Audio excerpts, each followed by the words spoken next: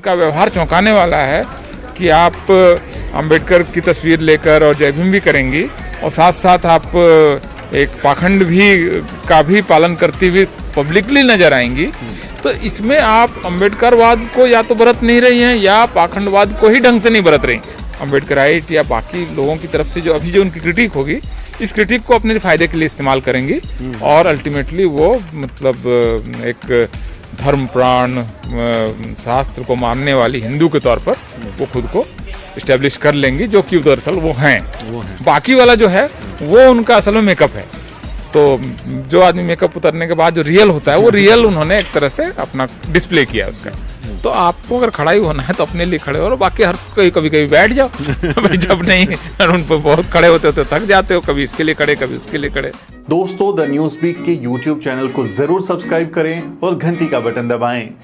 इस देश में प्रगतिशीलता एक फैशन की तरह है, कुछ लोगों के लिए फैशन की तरह है। वो जब चाहें उसका इस्तेमाल करते हैं और जब चाहें उस लिबास को, प्रगतिशीलता के लिबास को उतार देते हैं। ऐसी कुछ तस्वीरें अभिनेत्री स्वरा भास्कर ने शेयर की हैं। उन्होंने अपने घर में एंट्री की और उसका गृह प्रवेश करवाते हुए पूजा पाठ की। उसके बाद उन्हें ट्रोल किया जा रहा है और ये सवाल उठ रहा है कि आप बार बार ब्राह्मणवाद मुर्दाबाद का नारा लगाती हैं, जय भीम का नारा लगाती हैं और जो ये पोगापंथी है उसके खिलाफ भी बोलती हैं। लेकिन फिर जब आपके निजी जीवन में वो पल आते हैं, जब आपको वो व्यवहारिक आचरण में वो चीज़ें लेके आनी होती हैं, तो फिर आप उसी धड़े की तरफ चली जाती हैं जिसके खिलाफ आप पूरी आवाज़ उठाती हैं। तो इस मसले पर हम बात करेंगे। मेरे साथ हैं वरिष्ठ पत्रकार और लेखक प्रोफेसर दिलीप मंडल साहब। सर, बहुत बहुत स्वागत है आपका। शुक्रिया, बहुत बहुत आभार कि आपने इस इम्पोर्टेंट विषय पर इस चर्चा का आयोजन किया है। जी सर, तो ये स्वरा भास्कर की जब तस्वीरें देखी आपने तो पहला प्रतिक्रिया क्या आई? उन तस्वीरों को देख के कैसा लगा? देखिए, स्वरा भास्कर एक व्यक्ति के तौर पर धर्म को बरतती हैं, धर्म का पालन करती हैं, इससे दुनिया में किसी को इतराज नहीं होना चाहिए। वो एक व्यक्ति के तौर पर क्या कर रही हैं वो उनका निजी मामला है और भारतीय संविधान उनको इजाज़त देता है और दुनिया का आमतौर पर ज़्यादातर प्रगतिशील संविधान जो भी है वो इसकी इजाज़त देता है कि धर्म को जैसे भी कोई व्यक्ति बरतना चाहे वो बरते, अनलेस कि वो किसी के स्पेस में इंक्रोच नहीं कर रहा है। तो इस यहाँ तक तो ठीक है कि वो एक धार्मिक आस्थावान हिंदू हैं और गृह प्रवेश की उनकी जो भी विधि है उसका पालन कर रहे हैं। वो कई ब्राह्मणों को बुलाती हैं, उनके सामने वो एक विनीत भाव में खड़ी हैं, वो जो बोल रही हैं कर रही हैं, शास्त्र वो पढ़कर पंडित सुना रहा है उसको बोल रही हैं, इस तरह के दृश्य उन्होंने डाले हैं। लेकिन एक तो इसमें देखिए, एक तो कि उन्होंने इसको सार्वजनिक एक डिस्प्ले किया है। भाई, मेरी धर्म निजी आस्था है तो मैं इसका आमतौर पर सार्वजनिक डिस्प्ले नहीं करूंगा। मैं निजी तौर पर क्या धर्म कर रहा हूँ, मैं सुबह उठ के सूर्य को पानी चढ़ा रहा हूँ या बुद्ध की वंदना कर रहा हूँ, ये निजी मामला है। लेकिन ये निजी मामला नहीं है। तो एक तो फर्स्ट मेरा ऑब्जर्वेशन ये है कि उन्होंने इसका एक पब्लिक डिस्प्ले किया। दूसरी समस्या ये है कि स्वरा भास्कर ने एक पब्लिक लाइफ में अपनी एक इमेज और इम्प्रेशन क्रिएट की है जो कि बहुत एग्रेसिवली सेकुलर, बहुत ज़्यादा डेमोक्रेट और जो क्रांतिकारी आंदोलन वगैरह के साथ जुड़ाव और फिर वो JNU और जय भीम और मनुवाद से आज़ादी, ब्राह्मणवाद से आज़ादी वाली एक इमेज उन्होंने क्रिएट की है। और ख़ास करके जो लेफ्ट मूवमेंट है उसके मंच पर चढ़ना और जो दलित मूवमेंट है, जो अम्बेडकराइट मूवमेंट है, जो शेड्यूल कास्ट और बाकी लोगों के मूवमेंट है, बहुजन मूवमेंट है, उसमें भी खुद को मंच से डिस्प्ले करना। तो ये दो चीज़ें दरअसल मुझे लग रहा है कि जब दोनों को साथ साथ रख रहे हैं तब प्रॉब्लम है।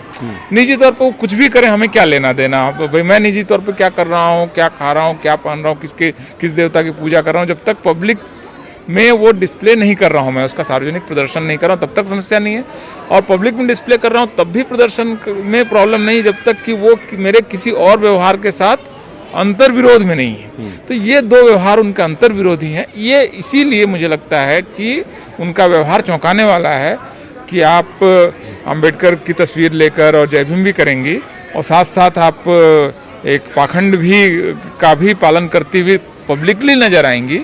तो इसमें आप अंबेडकरवाद को या तो बरत नहीं रही हैं या पाखंडवाद को ही ढंग से नहीं बरत रही। दोनों में से दोनों में से एक चीज तो झूठी है। दोनों में से कोई एक चीज झूठी है और आपने चुना कि आप जो अंबेडकर आइडिया है वो आप उसको अपने ड्रेस की तरह पहना और जब आपको सुविधाजनक लगा तो उस ड्रेस को आपने उतार कर आप अपने रियल सेल्फ में आ गई।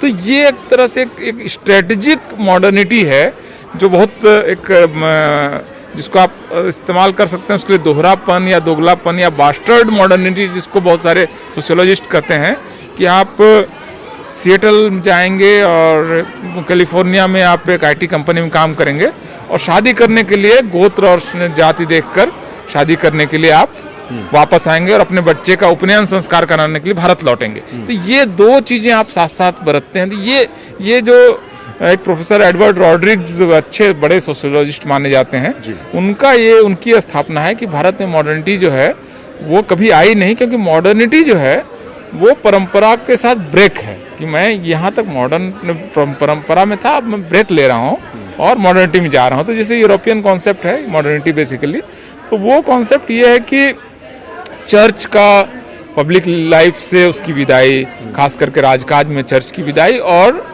एक आधुनिक शासन प्रणाली में प्रवेश और आधुनिक उत्पादन प्रणाली में प्रवेश, ये मॉडर्निटी है।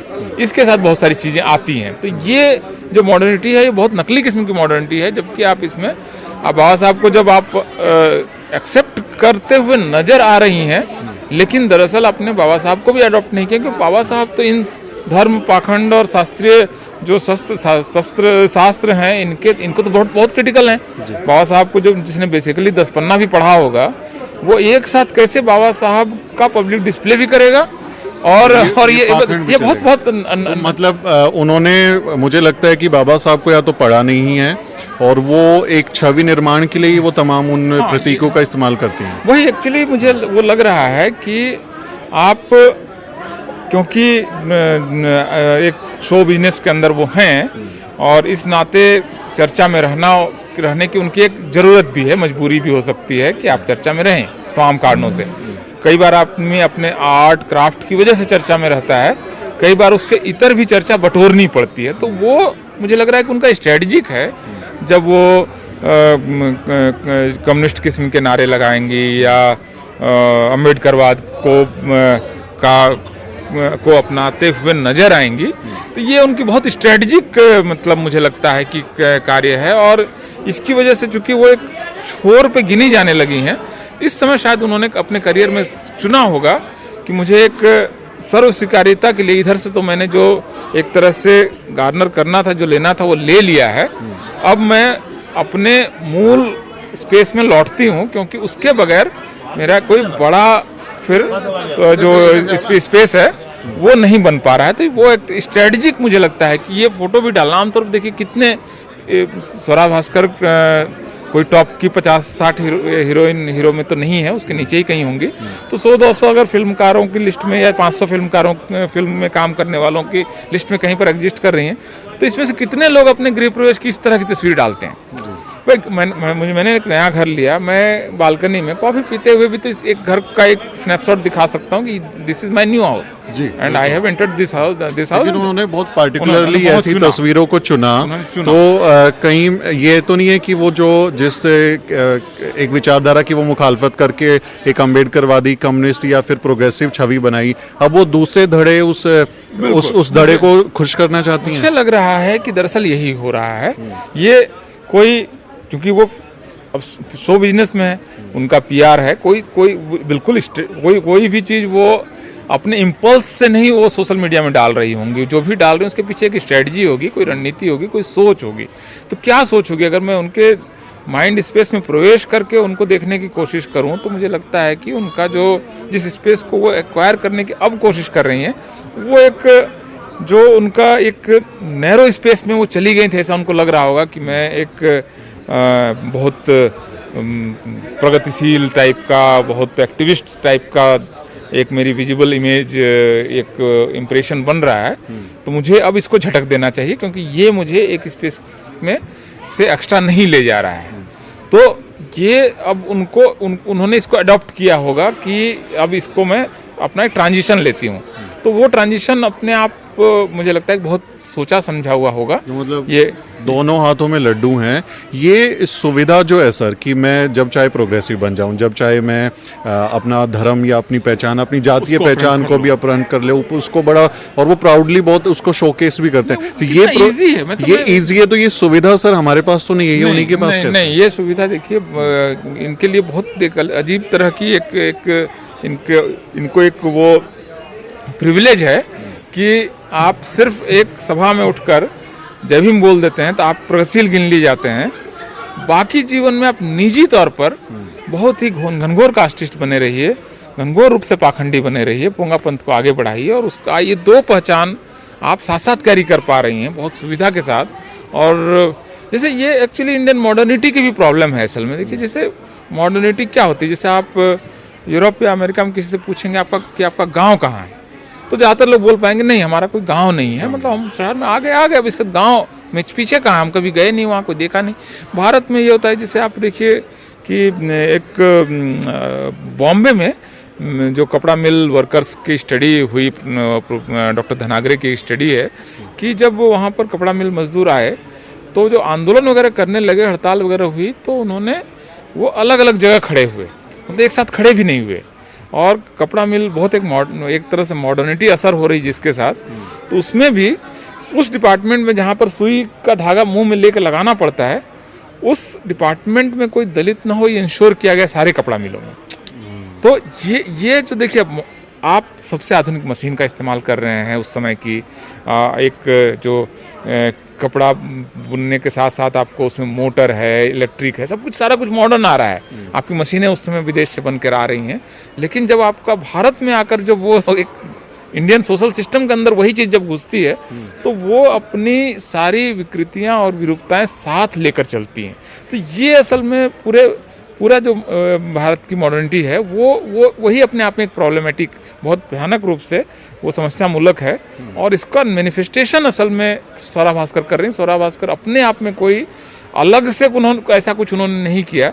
जैसे कि आप वो प्रोफेसर मैनेजर पांडे, यहाँ जन संस्कृति मंच के अध्यक्ष, सबसे बड़े मार्क्सिस्ट और वगैरह वगैरह, लेकिन वो थीसिस किस पे लिखेंगे, सूरदास पे, और घर जाएंगे तो फिर वो सारे पाखंड करेंगे और उसकी फोटो भी डालेंगे।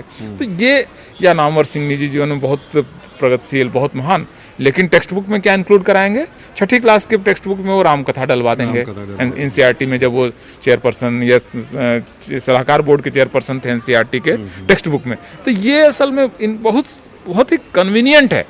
मतलब आप समझिए ना कितना इजी है एक आदमी के लिए कि वो इतनी सहजता के साथ वो प्रोग्रेसिव भी बन जाता है और पाखंडी भी रह जाता है। मतलब ये दोनों पहचान को साथ साथ कैरी कर लेता है।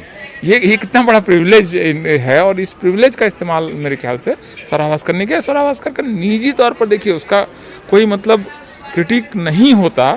अगर वो भाई आप किसी आंदोलन की समर्थक है, बहुत अच्छी बात है, लेकिन मंच पर आपको चढ़ने की क्या जल्दी मची हुई है? क्यों आप क्यों स्टेज वहाँ लेना चाह रही हैं? भाई समर्थन आपको, जैसे गेल ऑम्वेट मैम ने इतने सारे आंदोलनों में शिरकत की, लेकिन वो आंदोलन की नेता के तौर पर तो उन्होंने खुद को प्रोजेक्ट नहीं किया।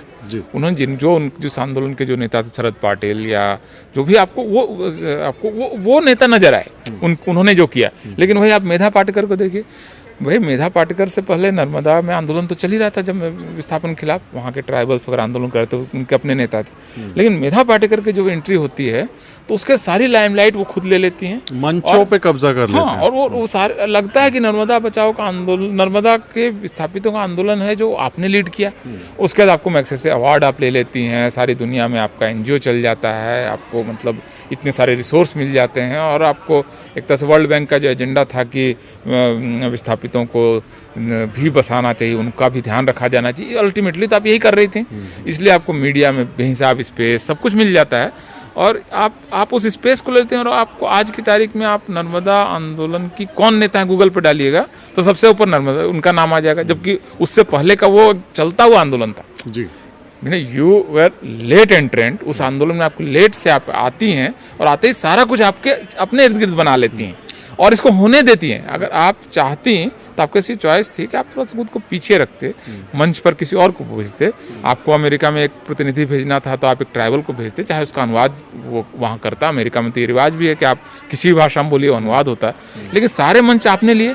आपने क्यों, जब आपको मैग्सेसे दिया जा रहा था तो आप बोलते भाई ये आंदोलन मैंने तो किया नहीं, शुरू नहीं किया, ये इनका आंदोलन है, इनको दो। सब कुछ आपने लिया, सब कुछ आप ग्रैब कर रही हैं। और आप, क्योंकि आपका एक प्रिविलेज है क्योंकि आप एक संभ्रांत परिवार से आ रही हैं, अमीर ब्राह्मण परिवार से हैं, तो सारा कुछ आपने ग्रैब कर लिया, उस पूरे आंदोलन की लाइमलाइट आपने ले ली और अल्टीमेटली उस आंदोलन ने कुछ डिलीवर भी नहीं किया जी। और वो डैम भी बना, सब कुछ हुआ और कोई। और जब हम देखते हैं सर कि जैसे जाति का सवाल आता है या बहुजनों से जुड़ा हुआ मसले का सवाल आता है, उस पर एकदम कन्नी काट लेंगे, उसके डिस्कोर्स को उसको गायब कर देंगे। अभी रिसेंटली जैसे सौरभ भास्कर ने अभी नांगल में जो बच्ची के साथ एक वारदात हुई, इसके बाद यूएन को चिट्ठी लिखी गई, सूरज बोध ने उनको चिट्ठी लिखी, उसके बाद उन्होंने खुलेआम उसका इजहार किया कि हमारा इंटरनल मामला है, बाहर ले जाने की जरूरत नहीं है। जबकि ह्यूमन राइट जो है वो किसी देश का इंटरनल मामला कैसे हो सकता है? Human right is a global issue, वरना आपको यूएन का ह्यूमन राइट कमीशन ही क्यों बनता अगर वो नेशनल इशू था?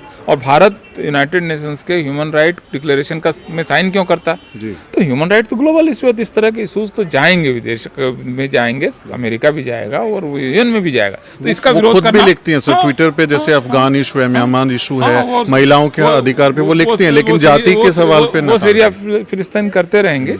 और ये और इस इशू पर उनकी आपकी वही कास्ट सेंसस पर नहीं बोलते हैं। आपको बैकलॉग भरने पर आप उनसे बुलवा लीजिए, आप उनसे ये कहलवा लीजिए कि ओबीसी का रिजर्वेशन जो है उनको आबादी के अनुपात में मिलना चाहिए, ये नहीं बोलेंगे।